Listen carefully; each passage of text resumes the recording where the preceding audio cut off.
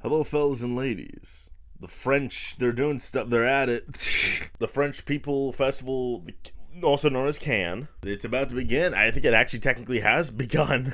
By the time you're watching this, it will have begun, because I know it will take me a while to edit this. I'm just going to fan on it's hot in here.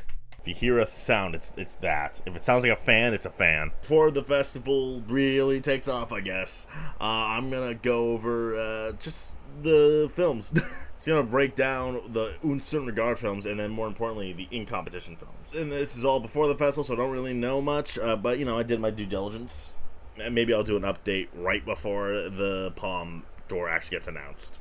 I'm not going to go that deep into anything that was playing out of competition, although there are just a couple movies that I'm sure y'all might want to hear me talk about, and even a couple that I'm just interested in. I believe Diane Kruger is in one called Amrum. That, you know, sounds interesting, I guess. Hi, Lois, new Spike Lee movie with Denzel. Trailer came out for it. It looks pretty great. Spike's not the most consistent in the world, and I think the fact that he's playing out of competition is cause for concern, although I do think he is. It's going to be great. I think he's going to deliver. When you look at his history, it's very interesting. His first film, He's Gotta Have It, played Director's Fortnight, which, you know, makes sense. It actually won an award, I believe. Do the Right Thing played in competition, and then Jungle Fever also played in competition when it won Supporting Actor for Sam Jackson. Even got a prize called the Ecumenical Jury Special Mention, I think it's called. Black Klansman also played in competition and won the Grand Prix. And then, like, Girl 6 and Summer of Sam are the only ones that played out of competition, like Highest Lowest, and those aren't his most well-received films, so a little concerned. But, you know, it's Spike. I'm going to give him the benefit of the doubt until I can't anymore. Honey Don't is Ethan Coen and Margaret Qualley's, like, follow-up to Drive-Away Dolls. Similarly, it's like a lesbian crime caper kind of thing. This one, Mark Qualley's back in this one, although this one, Aubrey Plaza is also in it. Chris Evans is in it. Charlie Day is in it. Trailer is out for this one, too. It looks, you know, funny. Looks kind of on par with Drive-Away Dolls. Hopefully this one's a little bit better. I didn't hate Drive-Away Dolls. I just thought it was, you know, whatever. Leave One Day is the opening night film. Seems to be a rom-com. It's a French rom-com, and the plot sounds, you know, pretty, like, up your rom-com alley, you know what I mean? Like, it sounds like a Netflix movie. It's about a girl who, like, is about to open up a restaurant, and then, like, her dad gets sick, and she has to go back to her hometown where she falls back in love with her high school sweetheart. You see what I mean when it sounds like a Netflix rom-com? Seems sweet. I don't know. Seems cute. It's opening the festival. It doesn't typically lend itself to the best reviews. Left-Handed Girl is directed by Shi Ching-soo, who is a frequent collaborator with Sean Baker. This is playing, I believe, in the Critics Week, and notably, Sean Baker also co-wrote this movie and edited the movie. It's also a co-production from Taiwan, France, UK, and it's also like a Chinese language film. It seems pretty coming-of-age-y. It seems very interesting. Maybe this could be like an international feature contender. Who knows? I don't think this is going to be up the alley of like Sean Baker's typical sensibilities just because he's heavily involved. But I am intrigued to see what Shi Ching-soo can do. A Magnificent Life, which is also, I believe, titled by some people, Magnificent Life of Marcel Pagnol. This is the animated movie. I think some people are looking at it going, oh, we have our flow. This is the flow. This is flow. I'm not going to assume every year is going to have a flow. Like, all of a sudden, I don't really see, like, this movie looks a little bit more like an epic, and, you know, I'm intrigued by it. The director, Sylvain Chomet, doesn't really have much that I recognize, although, granted, you did the director of Flow. We'll see about this one. Of course, Mission Impossible's going. Last one, some people maybe going, oh, is this Top Gun Maverick? Probably not, but, you know, it's probably going to be very good, so let's go. A Private Life, also titled V Privé, directed by Rebecca Latowski, who directed Other People's Children, which I didn't see, but I've heard good things about. Some people, like, touted this as, like, an Oscars thing, like, possible. Like, before, like, the festival announcement started happening, I think we all thought it was going to be in competition, and it's not, which is interesting. It sounds like a murder mystery kind of thing with Jodie Foster, so I'm not really having much reason to believe it's going to be that. But I'm intrigued by it. I haven't seen a film of hers, so I'm interested. Blitzville is a movie I'm very, very excited for. Neon has this one. It's directed by Michelangelo Covino, and is written by him and Cal Marvin. They also co-star in it, which is the exact same thing they did for a movie called The Climb, which I highly, highly recommend. This one also stars Dakota Johnson and Arjuna Jonah, and it seems to follow like a somewhat rom-com-y thing, like concept-y thing, but like it definitely seems like it's going down a little more of a dark path than that. I'm excited for this movie. I'm a huge fan of The Climb, so I'm really excited to hear what this one's all about. And then finally, The Wave. This is one I really thought was going to be like possibly an Oscar like juggernaut. it playing out of competition kind of stifled that opinion a little bit. But I'm excited nonetheless. Directed by Sebastian Lelio, who, he did Disobedience, he did Fantastic Woman, notably. This is his first time being at Cannes since his second film, Christmas, played Director's Fortnight in 2009. Someone seems to be a musical about a Chilean student who becomes involved in a feminist movement at her university. Very excited to hear about this one, whether or not it's Oscars. I'm just intrigued. Alright, I'm gonna quickly zoom through the Un Certain Regard films. There are 20 of them, I believe. These always have some hidden gems in there. Typically they do, and some of them stand out more than others, but typically there's always something in the Un Certain Regard section that we're not really, that paying that much attention to, that really shocks us. Aisha Can't Fly Away is directed by Murad Mustafa. This already premiered at the Venice Film Festival. I couldn't really find much reviews on it, so I don't really know what's going on quality-wise. It's Murad Mustafa's debut film, meaning he is eligible for the Camera d'Or, although his short film, I believe called I Promise You Paradise, did play Cannes Critics Week. This one follows a Somali woman named Aisha in a pretty migrant-heavy community in Cairo, and some tensions happen. The photo we have is looks like her in a Batman mask, so I'm a little intrigued by that. I don't know what's going on there. Caravan is directed by Susanna Kirchnerova. I think I'm doing that right. It's a Czech language film and also eligible for the Camera d'Or, meaning it's Susanna's debut. Her short film Baba played in 2009 and won a Cine Foundation first prize. This is being described as an adventure film, as well as a romantic drama, which is very interesting. A devoted single mother dreams of a solo vacation in Italy at her friend's house, but when arrangements collapse, she must bring along her disabled teenage son on what was meant to be her private escape.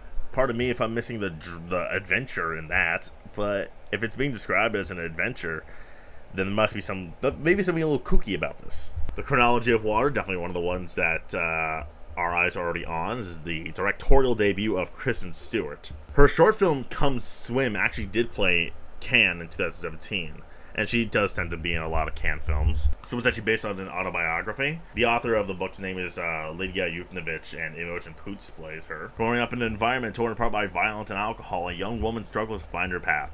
She manages to escape her family and enters university, where she finds refuge in literature. Gradually, words offer her an unexpected freedom. I have no idea if Kristen Stewart's going to be good. I feel like she'll actually, I don't know, I get the sense she does have a good directorial eye, so I'm intrigued, to say the least. We're all gonna have our eyes on this one no matter what. We're intrigued by Kristen Stewart's directorial debut. Similarly, we got Eleanor the Great, directed by Scarlett Johansson, her debut. So far, every In Certain Regard movie has been a Camera d'Or contender, so we're gonna change that in a bit. June Squibb's in this one, so was Chiwetel Ejiofor. June Squibb plays a 90-year-old woman trying to rebuild her life and befriends a younger man. Or girl, I'm actually not sure, it just says 19-year-old. What's intrigued me about this, beyond the Scarlett Johansson of it all, is the fact that it sounds very much like a TIFF comedy drama, or a Sundance film, and yet everywhere I look, it's being described as a straight drama, so I'm intrigued by that alone. That said, I can also see this going south. I don't think Scarlett is I don't know, for some reason, I don't mean to say this disrespectfully, but I'm more intrigued by what Kristen Stewart has to do as a director than I am Scarlett Johansson. Great Arch, directed by Stéphane Demostier. Claes Bang is in this one, is the most notable aspect. It is French. I'm reading the synopsis here. This movie looks a little interesting. 1983, the biggest architectural competition in history, both anonymous and open, is launched under the impetus of a new socialist president, François Mitterrand. Coveted by all the biggest international architectural firms, the competition is surprisingly won by an unknown, Johan Otto von Spreckelsen. That seems fake. An architecture teacher from Copenhagen. Until then, the 50-year-old Danish had only built 4 buildings, his home and 3 small chapels. Sure, I don't know. Heads or Tails is directed by Matteo Zoppi and Alessio Rigoderecki. In case you can't tell, yes, this movie is in Italian. Couldn't find much on the directors, but this is a Western. The most notable aspect about this film is A, that's Western, and B, John C. Reilly is in a supporting role in this film as Buffalo Bill. Seems like a pretty typical Western, to be honest, but, can't always go wrong. Those could be entertaining. Homebound is directed by Nare Gaiwan. 2 childhood friends from a small North Indian village chase a police job that promises them dignity they've long been denied. But as they inch closer to their dream, mounting desperation threatens the bond that holds them together, which actually, that sounds interesting as fuck. It sounds like there's going to be disparity in there, and I'm interested. It's an Indian language film, and notably, Niraj Goswami, this is not his debut, and also not the first time they've been in Un Certain Regard. His debut, Fly Away Solo, also in some way known as Maison, played Un Certain Regard in 2015, and as far as I can tell, it was very critically acclaimed. I don't really see that often, someone playing Un Certain Regard twice, especially if the last film was so acclaimed. And that one's so acclaimed, I think this one will. This is actually one of my more intriguing ones. Okay, this one's weird.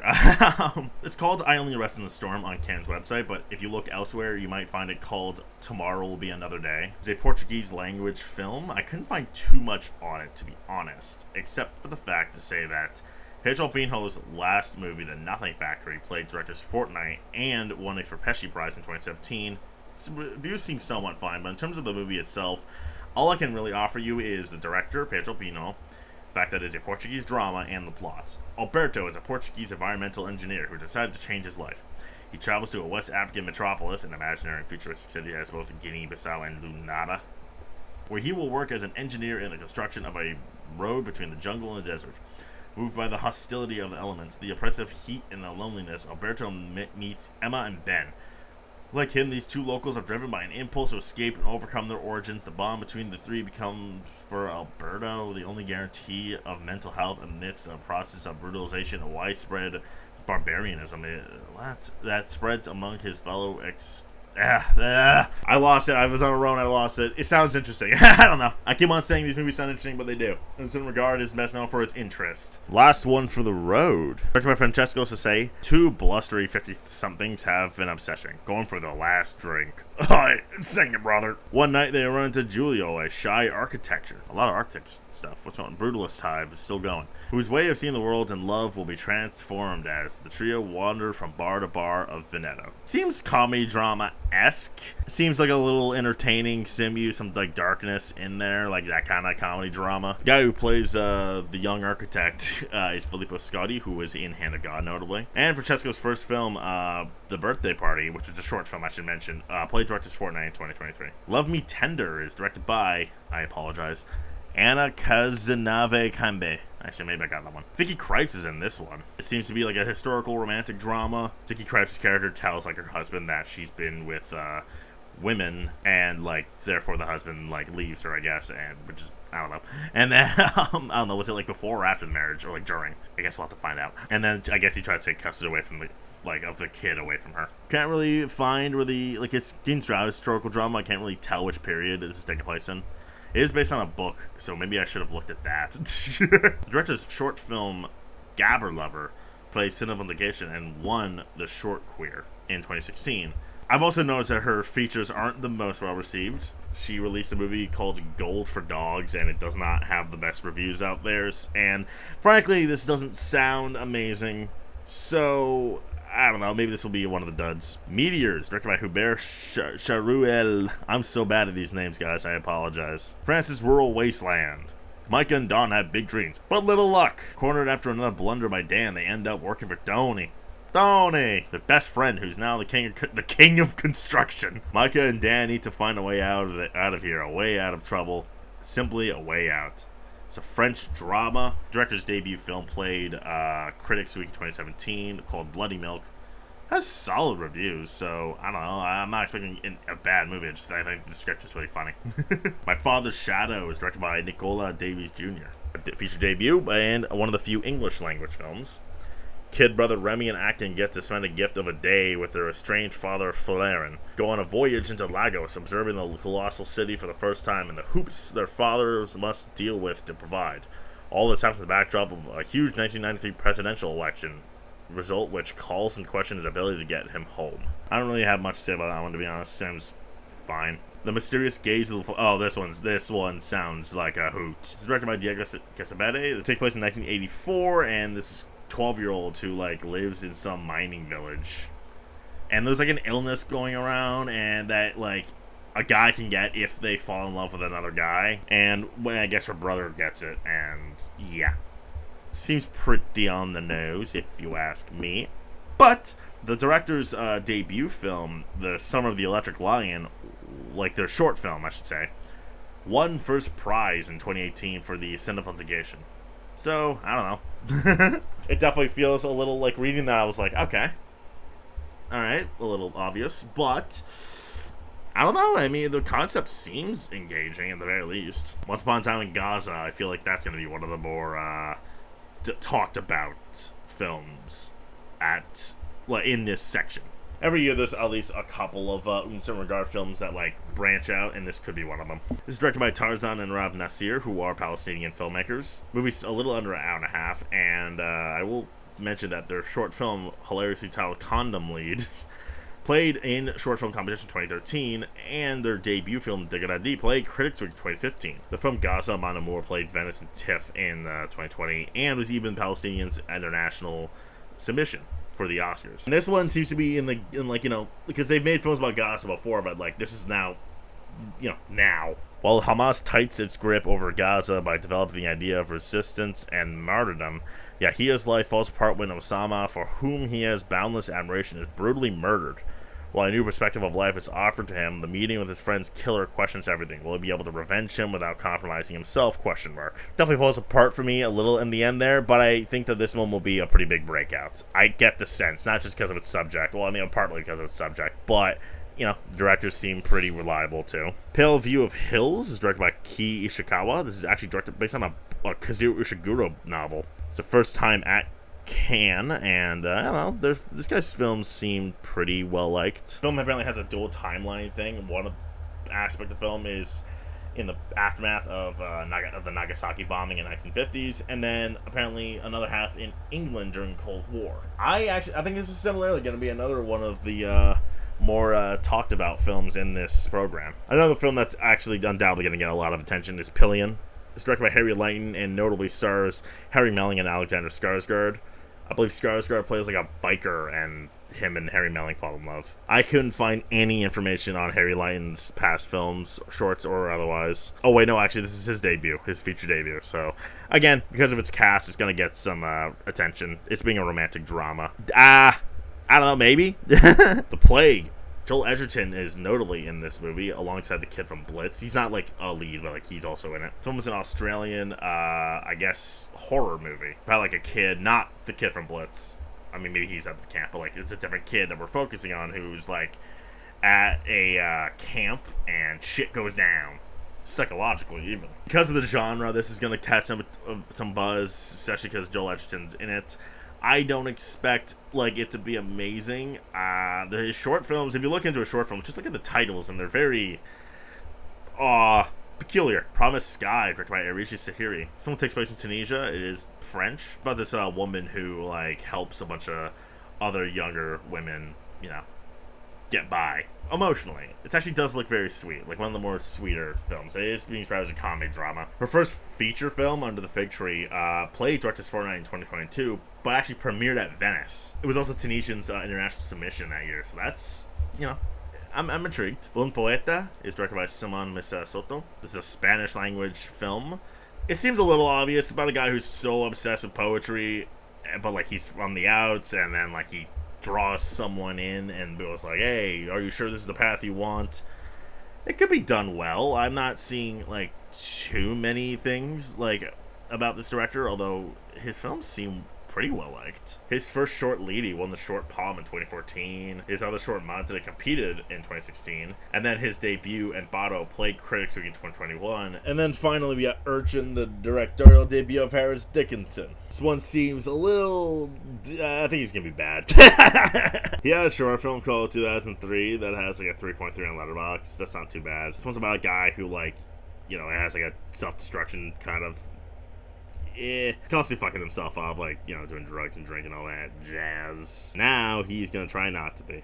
I don't know. I know this is directed by Harris Dickinson. We're all, excited for that very reason, but I'm getting the not so good vibes from this one. Alright, do it. The In Competition. Start out with Alpha, Juliette Cornau's new film. We all know who she is at this point. Pretty prolific at this rate. We all are excited for this at the very least. Her first film, Raw, played out of competition, and then her next film, Titan, won the Palme d'Or. They're both in the horror genre. They're pretty gross. Titan was pretty heavy body horror, but pretty fucking good. This one seems to be in English, as far as I can tell, although I've heard conflicting reports. I know Neon has it. This one actually seems more in the drama category than anything. This one stars to Har Rahim and Emma Mackey, but in the leading role seems to be a new face called Golchafith Farahani. Yeah, that name's not coming. Alpha is like a teenager who like lives with her mom, and then like the can description seems to be that like shit goes down when a tattoo is on her arm. I've heard also some conflicting reports about like it being about like a disease, although I don't know, maybe that was incorrect. What can we expect from Juliet Decor now? We expect it to be a little fucking weird. The still we have looks really weird. The fact that this is etching out of the horror genre, allegedly, that could be very interesting. I think it'll still be pretty extreme, though, and I'm excited for that. I'm excited to see what Decor now has to offer. I gotta be honest, I'm not huge on her films, just because they're a little much for me. Like, I just get a little, like, ugh. But I'm always intrigued by what she has to offer, so I'm really excited for Alpha. Really excited to see what she has to offer this time around. New film from Lynn Ramsey called Die My Love. Stars Jennifer Lawrence, Robert Pattinson, Lakeith Stanfield, Spacey Sasek, Nick Nolte, a really good cast. We all know who Lynn Ramsey is. She's great. She's a pretty well-known filmmaker. You were never really here. We need to talk about Kevin. She is absolutely a Cannes darling. Her debut film, Ratcatcher, played Unsermgard in 1999. Marvin Collar played Director's Fortnight, and it won Award of the Youth Foreign Film and CICAE Award in 2002. We need to talk about Kevin playing the competition in 2011. You Were Never Really Here played in competition and won Best Actor for Joaquin Phoenix and tied for Best Screenplay with Killing a Sacred Deer in 2017. Additionally, her short film Small Deaths played in competition and won the Short Jury Prize in 1996. Gasman played short competition and also won Short Jury Prize in 1998. So yeah, Cannes likes this woman. This one's being described as a comedy thriller. Jennifer Lawrence, seems to be married to Robert Pattinson in this movie. They live in a farmhouse, and she goes a little bit mental. Based on the book, this movie might not be for everyone. I'm excited, obviously. I'm excited for this performance from Jennifer Lawrence. Excited to see what Lynn Ramsey brings us next. Whenever, I'm always, intrigued by what she has to offer. This film called Dossier 137 is directed by someone named Dominic Moll. I haven't seen anything he's made, but I have looked into him a little bit. His films seem pretty well received. He mostly stays in the crime or mystery drama sphere. I don't know if he's the most prolific person in France or something like that. He is a French director. He saw from a film called Harry, He's Here to Help, played in competition. It's another film of his called Lemming, opened the festival in competition in 2005. 2022, he had a film called The Night of the 12th and premiered at a competition. This movie just sounds a little obvious. Talking about Leah Drucker, she plays, and apparently she's in that movie Last Summer, I think it's called. I'm excited for that performance, of course, and I still need to catch that movie. The movie itself, though, sounds pretty, whatever. File 137 seems like just another case for Stephanie, an investigator of the IGPN, the police watchdog. A tense protest, a young man injured by an LBD shot, circumstances that need to be clarified to determine responsibility, but an unexpected element unsettles Stephanie, turning File 137 into something more than just a number. Sounds like a pretty obvious, police procedural movie. Cannes does tend to have those every once in a while. Eagles of the Republic is directed by Tariq Saleh. This is an Arabic language thriller, it looks like. The lead actor's name is Fari Fere. Maybe I'm pronouncing that wrong. He plays an actor who's career's at risk based on something he does, and I guess he's forced to do something with the government.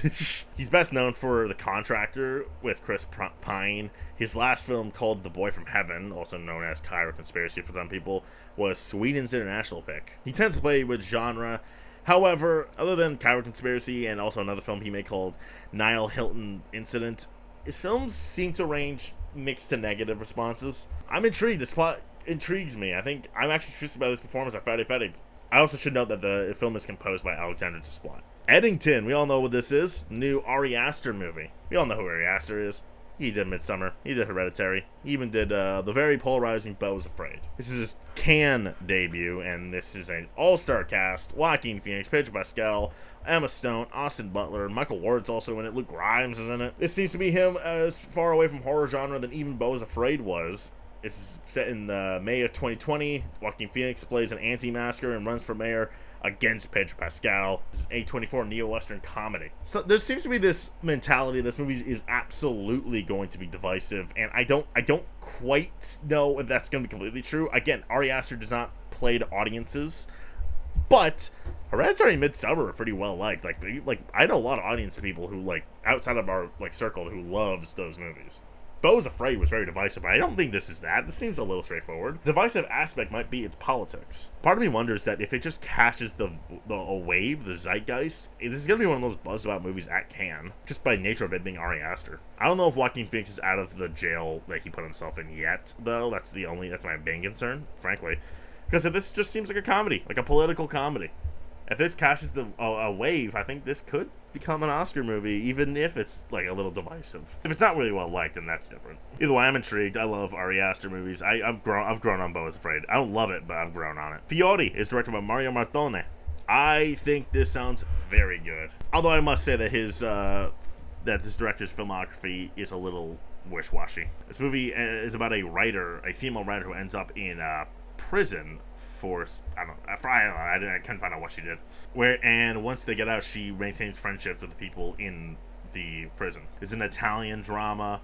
I think it sounds really nice. It sounds like it could be, like, hypothetically one of the festivals, like, maybe not one of the best ones, but like one of the more endearing ones. Should note the guy's Cannes history. I also should note that his first film won the Grand Jury Prize at Venice in 1992. His third film, called Nasty Love, played in competition in 1995.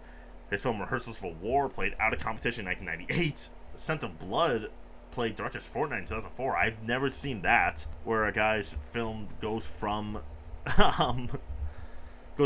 like competition to Director's Fortnight. That's new. And then Nostalgia seemed to play in competition 2022. Again, reviews are a little, like, all over the place, but I still think this one sounds good.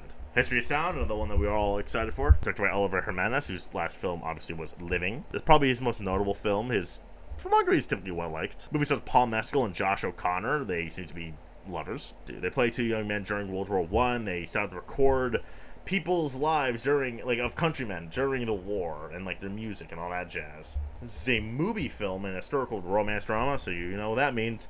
Time to pound some butts.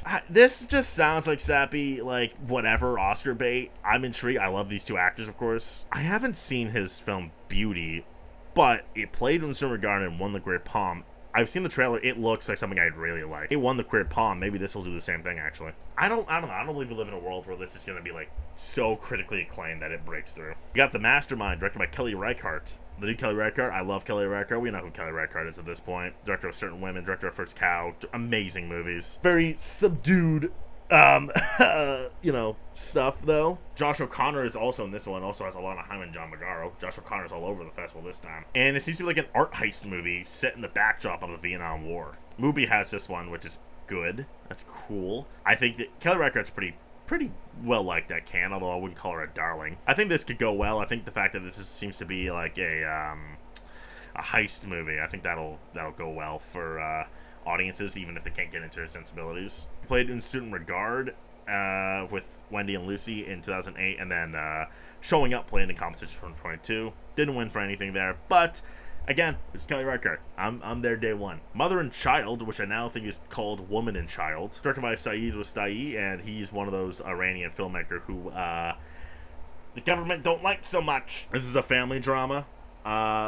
Seems pretty clear what it is. I'm excited for it, mainly because I wanted to watch his last film called Layla's Brothers, but Iranian government got mad at it, and no one's been able to see it since. It played in competition and actually won a Fapresi Prize and Prix de la Citoyenneté Citizen Prize in 2022. I'm sure I butchered that. And his film seemed to be really well liked.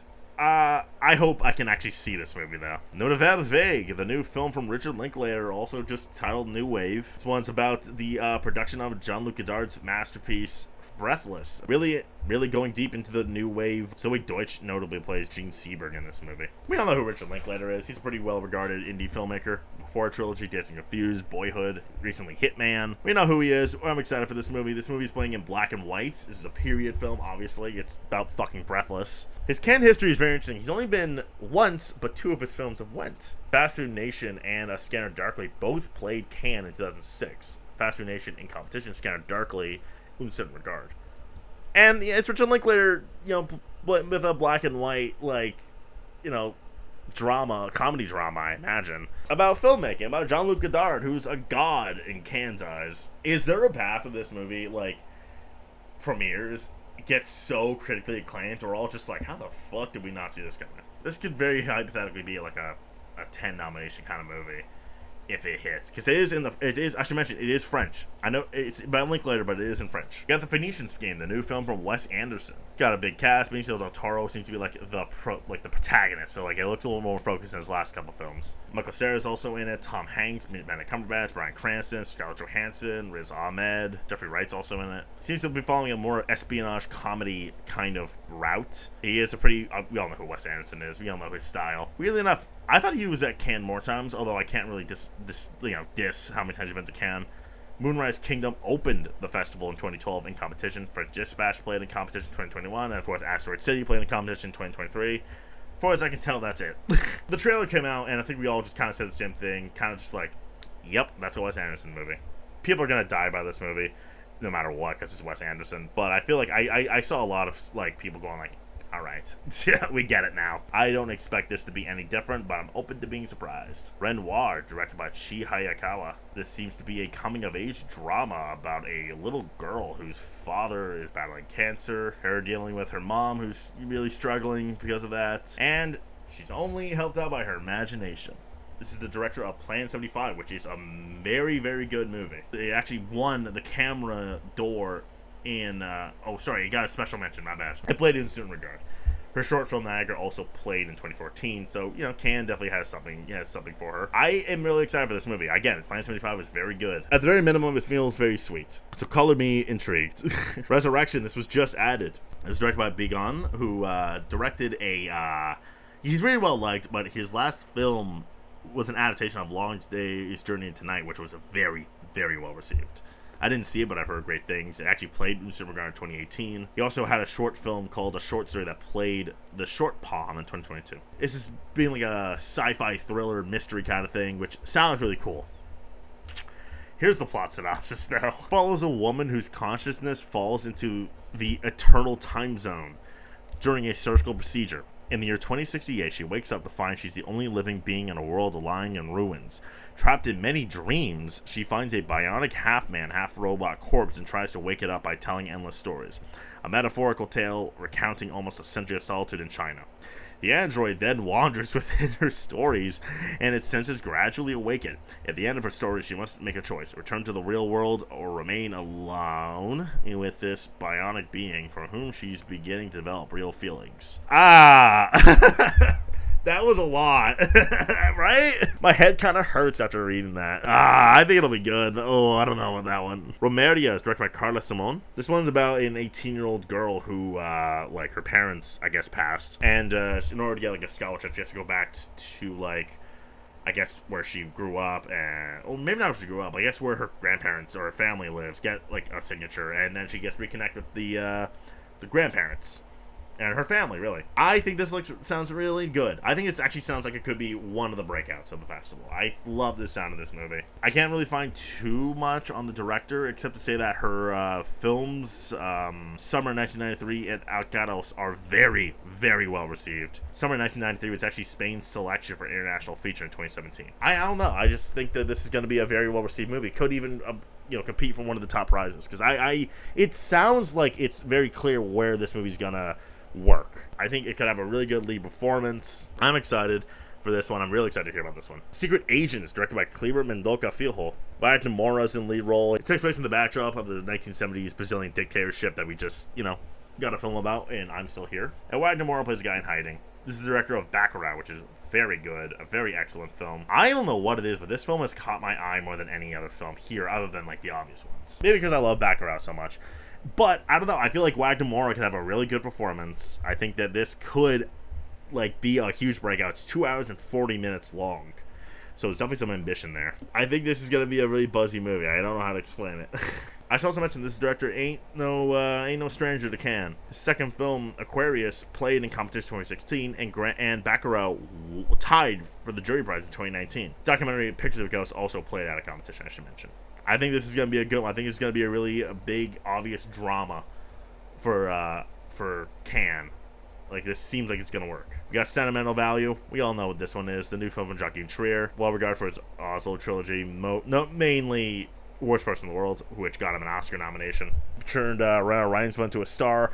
They're reuniting alongside Stellan Skarsgård. About, it seems to be a family drama about Rana Reinsva. Stellan Skarsgård is like her and another character's distant father. Make a movie, maybe. Who knows? We're all excited for this movie. I'm really excited. I think it's going to be great. He also has a good relationship with Cannes. I should mention that, Joachim Trier. His second film, Oslo, August 31st, played in Cinema Ground 2011. A lot of them bombed playing competition 2015. And then, of course, Worst Person in the World did, where Renata Reinsva won actress. I do see a lot of you guys predicting Sentimental Value to win the Palme d'Or. And I get it. It's Neon. It's the one we know about. Neon obviously has a good track record. I think that's going to break eventually. Maybe this is the year. Who knows? I think we're a little too, comfortable with the idea that it's just going to live up to Worst Person in the World. I don't think it's so guaranteed. When I see so many predicting to win the Palme d'Or, what I see is people going one of two things. One, Neon. Two, people are just like, oh, well, the Palme d'Or winner is going to get nominated for Best Picture, and that's what I have getting nominated for Best Picture. I don't think it has to win Palme to be a Best Picture contender, but I also think it does have to, live up to Worst Person in a way. I think that's the bar. I don't think Joachim Trier is magically an Oscar darling. I don't know. I'm not buying that it's going to be, so as acclaimed as Worst Person in the World, but I would love to be proven wrong. I love Worst Person in the World. I'm hopeful. We got A Simple Accident, which I think that's now it's called It Was Just an Accident, it looks like. This is a Jafar Panahi movie. I think we all know who he is. Another filmmaker who gets fucked over by the Iranian government because they don't like his words. Pretty known for, mixing, documentary and feature film filmmaking. He's probably known for Taxi. This is not a film. His most recent film, No Bears. He was obviously arrested. We all know why. His debut, The White Balloon, played director's Fortnight 1995 and actually won the Camera d'Or. Crimson Gold played in certain regard and won the jury prize for that. This is not a film played out of competition in 2011. I believe that was a film that was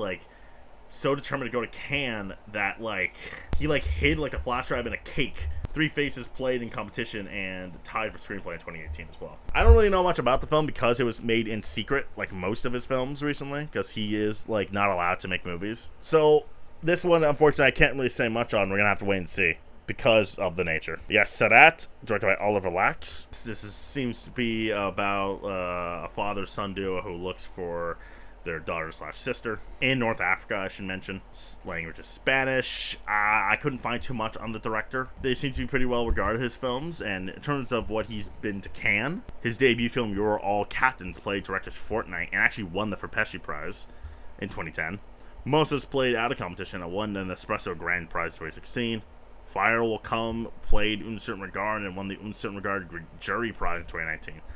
So I don't think it's too insane to say this could be one of his one of the more acclaimed films. I do think that the concept sounds, I don't know, not that engaging. I mean, it kind of does. Finding the daughter. Who knows what that entails in this case? I'm not the most excited. I don't know. I don't have much reason to be excited or dismissive. Sound of Falling. If you've heard me or some other people in my field talking about this, maybe you've heard it under the phrase "The doctor says I'm right, but I'm feeling blue." I don't know why that was the title. It sounds very different from what the plot is. It's directed by Masha Shalinsky, who I really couldn't find much on. Their film Dark Blue Girl seems well liked. It's a German language historical drama.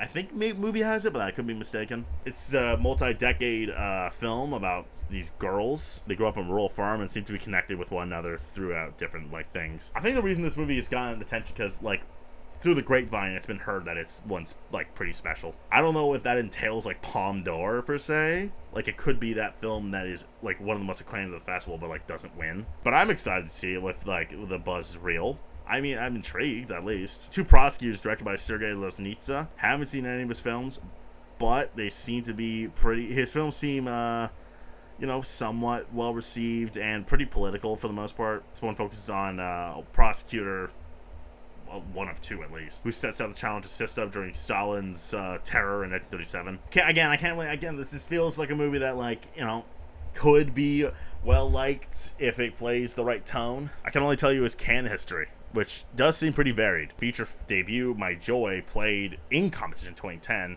and then his second feature, In the Fog, played and not only in competition but won the Fipresci Prize in 2012. And an anthology film, Bridges of Sarajevo, which I guess one of those like films that like a bunch of directors are a part of. He was one of them. Played in competition 2014.